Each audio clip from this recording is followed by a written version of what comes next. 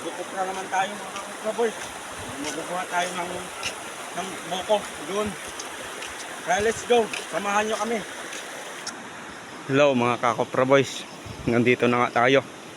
Nandito na tayo sa tapaan at umuusok pa lang. Nandito nga pala tayo sa tabi ng ilog. Welcome dito sa amin ilogan.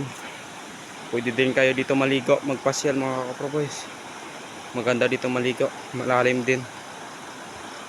Marami din dito nagpapasyal. Yan ang mga puno doon banda. Yan pa lang ang mga puno ng coconut ng mga kopra. Ay mukhang marami na nga. Ayan pa lang tapahan namin. Yan nakasama ko si B-Boy. Yun si Uncle Roderio. Baka ni Uncle Roderio. Nandun o.